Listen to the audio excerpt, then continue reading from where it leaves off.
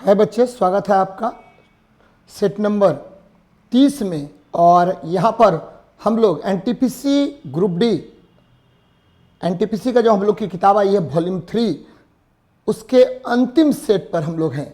और बच्चे साइंस के प्रश्नों को देखते हैं इसमें। चलिए सीधे आते हैं हम लोग, यहाँ देख लीजिए, सीधे आते हैं 84 नंबर, पीछे आते हैं, ये देखिए 73 नंबर प्रश्न पर। कह रहा है कि धातु की एक प्लेट में वृत्ताकार छेद कटा हुआ है, यदि प्लेट को गर्म करें तो उसका ताप बढ़ जाए तो छेद का व्यास क्या होगा। बच्चे आपको पता है कि ये छेद है, अब हमने इसको गर्म करना है, तो जब गर्म करेंगे तो यहाँ पर क्या होगा, तो इसके तापमान में वृद्धि होगी। जब तापमान बढ़ेगा तो इसके आयतन में क्या होगी, वृद्धि होगी, जिससे इसका आकार क्या होगा, बढ़ जाएगा। बच्चे क्या होगा, आकार बढ़ेगा। यह मुख्य रूप से वॉल्यूमेट्रिक एक्सपेंशन के कारण होता है, आयतनिक प्रसार की वजह से हो रहा है, जिससे आकार का मान क्या होगा, बढ़ जाएगा बच्चे। और यह मैंने आपको बताया कि अगर लंबाई में प्रसार होता है तो उसको ठीक है हम लोग बोलते हैं लीनियर एक्सपेंशन, अगर क्षेत्रफल में प्रसार होगा तो उसको हम लोग बोलेंगे क्या, एरियल एक्सपेंशन, और अगर आपको आयतन में प्रसार होगा तो उसको आयतनिक प्रसार कहते हैं। तो अल्फा बीटा और क्या हो गया, गामा हो गया, तो ये बढ़ेगा, क्या होगा, बढ़ेगा। चलिए बच्चे आगे बढ़ते हैं, नेक्स्ट देखते हैं क्वेश्चन अपना। कह रहा है लाल रंग के गुलाब को पीले प्रकाश में देखा जाए तो यह कैसा दिखेगा, तो यह काला दिखेगा। बच्चे कैसा दिखेगा, काला दिखेगा। तो लाल रंग के, ठीक है, आपको लाल रंग के गुलाब को पीले प्रकाश में, ये देखिए लाल है, क्या है, लाल रंग है, इसको अगर हम पीले प्रकाश में देखेंगे बच्चे, पीले प्रकाश में अगर हम पीला प्रकाश में इसको देखें, पीले प्रकाश में, तो इसका कलर जो है वह हो जाएगा ब्लैक, क्या होगा, ब्लैक कलर हो जाएगा। ध्यान में रखिएगा कि लाल रंग के, ठीक है, गुलाब को पीले प्रकाश में देखने पर इसका कलर, ठीक है, काला हो जाता है। तो ध्यान में रखिएगा, किसी वस्तु को उसके रंग में, अपने रंग में या उजले रंग में देखने पर उसी रंग का दिखेगा, लेकिन अगर अलग रंग में देखेंगे तो वह काला दिखता है। तो चलिए आगे बढ़ते हैं, नेक्स्ट देखते हैं क्वेश्चन अपना। ओम का नियम इनमें से किस पर लागू होता है। तो बच्चे ओम का नियम जो है वह किस पर लागू होगा, तो वह केवल और केवल धात्विक चालक पर लागू होता है, यानी ठीक है चालक पर लागू होगा। फिर देखते हैं हम देखते हैं कि यदि भौतिक कारकों को नियत रखा जाए तो किसी चालक के तार के दो बिंदुओं के बीच का विभवांतर उससे प्रवाहित धारा का समानुपाती होता है। और V बराबर क्या होगा, आर आई, और R बराबर क्या होगा, V बटा आई। V मतलब क्या हुआ, वोल्ट, और I मतलब क्या हुआ, एम्पियर। तो वोल्ट पर एम्पियर को ही हम क्या कहते हैं, ओम कहते हैं बच्चे, ओम कहेंगे। तो R बराबर वोल्ट पर एम्पियर। याद रखिएगा, थर्मिस्टर, डायोड और गैसीय चालक इसका पालन नहीं करता है, या ओम के नियम को, ठीक है, पालन नहीं करेगा, केवल धात्विक चालक होता है बच्चे। और ये मैंने बता दिया आपको। चलिए आगे बढ़ते हैं, नेक्स्ट देखिए, जब एसिटिक एसिड को धीरे धीरे अमोनियम हाइड्रोक्साइड घोल में डालते हैं तो विद्युत चालकता बढ़ जाती है, क्योंकि देखिए बच्चे, जब भी एसिटिक अम्ल को, कौन सा अम्ल, एसिटिक अम्ल को आप डालेंगे किसमें, तो क्या आपको सोडियम हाइड्रोक्साइड तो या अमोनियम हाइड्रोक्साइड के घोल में डालेंगे तो आयनों की संख्या में क्रमशः वृद्धि होगी, क्योंकि देखिए ये अभिक्रिया होगा और ये अपघटित हो जाएगा। ये देखिए एसिटिक एसिड मतलब CH3COH हो गया, और जब यह ठीक है आपको अमोनियम हाइड्रोक्साइड के साथ मिलेगा, NH4OH के साथ मिलेगा, तो इसमें आयनों की संख्या में वृद्धि होगी। आयनों की संख्या में क्या होगी, आयनों की संख्या बढ़ जाएगी, संख्या बढ़ेगी। तो जब आयनों की संख्या में वृद्धि होगी तो क्या होगा बच्चे, तो आयनों की संख्या में वृद्धि होगी तो उसकी चालकता धीरे धीरे बढ़ना प्रारंभ कर देगी। तो ये क्या हो जाएगा, आयनों की संख्या बढ़ जाती है, जिसके कारण आपको चालकता बदल जाएगा। चालकता क्या होगा, बदल जाएगा। चलिए देखते हैं नेक्स्ट क्वेश्चन को। सोडियम हाइड्रोक्साइड की मोलरता दिया हुआ 10⁻⁴। मोलरता कितना दिया हुआ, 10⁻⁴। कह रहा है घोल का पीएच निकालने के लिए, घोल का पीएच निकालने के लिए कोई प्रॉब्लम नहीं है, पीएच, ठीक है, पीएच निकालना है आपको, तो पहले कंसंट्रेशन निकाल लेते हैं। तो आपको पता है 10⁻⁴ अपॉन क्या हो जाएगा, ये हम पहले हाइड्रोजन आयन कंसंट्रेशन निकालते हैं, H+ आयन कंसंट्रेशन निकाल लीजिए। क्या होगा, 10⁻⁴ बटा 10⁻⁴ ऊपर लेके जाएंगे, क्या हो जाएगा आपको 10⁻⁻, ये निकल गया, ठीक है, H+ आयन कंसंट्रेशन ठीक है। अब हम निकाल रहे हैं पीएच। पीएच बराबर होता है negative logarithm of hydrogen ion concentration 10 to the power -10, और ये निकल के आ जाएगा -10 -10 और बच्चे ये हो जाएगा 10, यानी पीएच मान 10 के बराबर होगा। तो आंसर हो जाएगा डी नंबर। क्या होगा? डी नंबर आपको आंसर होगा। कैसे मैंने किया? आपको पता है कि pH into pOH, pH into pOH, pH into pOH बराबर होता है कितना? 10 टू द पावर -14, और हमको पीओएच निकाल लेंगे तो पीओएच बराबर क्या होगा? 10 टू द पावर -14 बटे, ठीक है, आपको पीओएच का वैल्यू दिया हुआ है 10 टू द पावर -4 दिया हुआ है मोलरिटी के फॉर्म में। तो इससे हम पीएच का मान यानी हाइड्रोजन आयन कंसंट्रेशन यहां से निकाल लिए, क्योंकि H+ और OH- का गुणनफल होता है कितना बच्चे? 10 टू द पावर -14 होता है। यहाँ देखिए OH- कंसंट्रेशन दिया हुआ है 10 टू द पावर -14 के आधार पर निकाल लीजिए इसमें हाइड्रोजन आयन कंसंट्रेशन। तो इधर आएंगे तो ये क्या होगा? नीचे जाएगा तो आएगा, ये निकल के आ जाएगा 10 टू द पावर -10, और उसके आधार पर हमने पीएच निकाल लिया, negative logarithm of hydrogen ion concentration. चलिए तो ध्यान में रखिएगा बच्चे इसको। एक जैसी दाब व ताप की स्थिति में निम्नलिखित गैसों में सबसे अधिक घनत्व किसका होता है? तो बच्चे सबसे अधिक घनत्व होगा किसका? तो एकदम ध्यान में रखना है कि यह सल्फर डाइऑक्साइड का होगा। कैसे पता किया आपने सल्फर डाइऑक्साइड का होगा? तो बच्चे इसमें देख लीजिए, सबसे पहले इसका हम आपको मोलिकुलर वेट निकाल रहे हैं, तो 14 + 3 यानी 17 ग्राम हो गया। फिर देखिए इसका मोलिकुलर वेट निकालिए, 32 + 32 यानी 64 हो गया, 64 ग्राम हो गया। फिर देखिए, ठीक है, इसका निकालिए 16 ग्राम हो जाएगा। इसका निकालिए तो 12 प्लस क्या हो गया? 16 × 48, तो 48 12 कितना? 60 ग्राम। कौन सबसे भारी? तो घनत्व बराबर होता है द्रव्यमान बटा आयतन। आयतन तो सबका समान है, तो कौन सबसे भारी होगा? तो बच्चे सबसे भारी होगा कौन? तो सल्फर डाइऑक्साइड, इसीलिए इसका घनत्व भी सबसे अधिक होगा। आंसर हो जाएगा बी नंबर। क्या होगा? बी नंबर होगा। चलिए नेक्स्ट देखते हैं क्वेश्चन क्या कह रहा है। यहां देखिए, फलों को जल्दी पकाने के लिए निम्नलिखित में से आप क्या चुनेंगे? तो फलों को जल्दी पकाने के लिए हम लोग क्या करेंगे?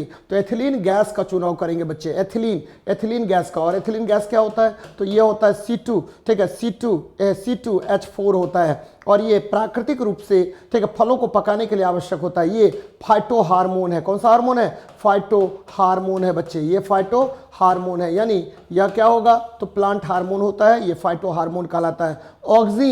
ऑक्सीन क्या होता है? तो ऑक्सीन जो है यह प्रकाशानुवर्ती या गुरुत्वानुवर्ती गुण उत्पन्न करता है। ऑक्सीन याद रखिएगा, यह खरपतवार नाशी भी होता है, यह, ठीक है, पौधे के ऊपरी वृद्धि के लिए आवश्यक होता है। साइटोकाइनिन यह कोशिका विभाजन करता है। जिब्रेलिन पौधों के लंबवत वृद्धि में आवश्यक होता है, वृद्धि करेगा। जिब्रेलिन जो है बौने पौधे को लंबा करने में भी एक महत्वपूर्ण भूमिका निभाता है। तो बच्चे ये सब ध्यान में आपको रखनी चाहिए। चलिए आगे बढ़ते हैं, नेक्स्ट देखते हैं, विनिमय की क्रियाविधि के परिणाम स्वरूप क्या होगा? तो अगर विनिमय होगा तो आनुवांशिक पदार्थों का आदान प्रदान होगा। कहने का क्या अर्थ है कि अगर गुणसूत्रों में आपको विनिमय होता है तो यहाँ आनुवांशिक पदार्थ एक से दूसरे, ठीक है, गुणसूत्रों में आदान प्रदान होता है। इसे ही हम लोग क्या कहते हैं बच्चे? तो आनुवांशिक पदार्थों का आदान प्रदान कहेंगे। और यह विनिमय यानी विनिमय मैकेनिज्म जो है उसका एक प्रमुख भाग होता है। कौन? तो आपका एक्सचेंज ऑफ क्रोमोसोम इन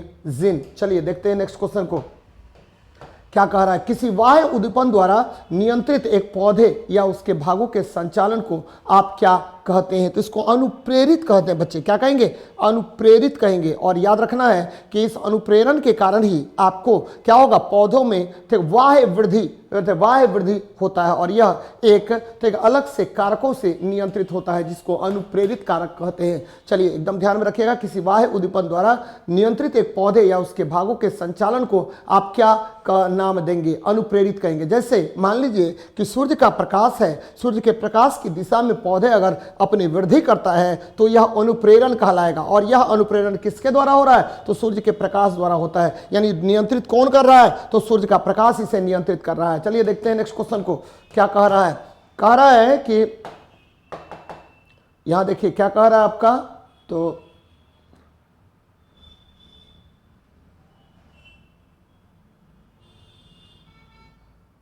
चलिए बच्चे, आमाशय रस पाचन क्रिया में सहायक होता है। इस रस का कौन सा घटक टाइलिन को निष्क्रिय बना देता है? और ये घटक है कौन? Hydrochloric acid. क्योंकि आपको पता है बच्चे, हाइड्रोक्लोरिक अम्ल जो है यह प्रबल जठर रस में एक प्रबल कारक होता है और यह टाइलिन एंजाइम का जो क्रियाशीलता है उसको पूर्णतः निष्प्रभावी बना देता है। और इसका पीएच मान चूंकि बहुत बहुत कम होता है और ये बहुत अधिक अम्लीय होता है, ध्यान में रखिएगा इसको। और यही क्या करेगा, आपका टाइलिन का जितना भी अभिक्रिया है उसको ये आपको ये कर देता है, निष्प्रभावित कर देता है। रेनिन यह दुग्ध पाचक एंजाइम है। यहाँ देखिए दुग्ध पाचक एंजाइम है, प्रोटीन को पाचन करेगा पेप्सिन। म्यूसिन, म्यूसिन जो है एक प्रकार का म्यूकस होता है बच्चे, और ये क्या करता है कि खाद्य पदार्थों के मूवमेंट में सहायता करता है। यह खाद्य पदार्थों के मूवमेंट में क्या करेगा, सहायता करेगा। रेनिन जो है वह एक उम्र के बाद यानी 12 से 15 साल के बाद यह इसका निष्कर्षण थोड़ा सा कम हो जाता है। इसीलिए देखिएगा कि बुढ़ापे में दूध का पाचन थोड़ा कठिन हो जाता है बच्चे,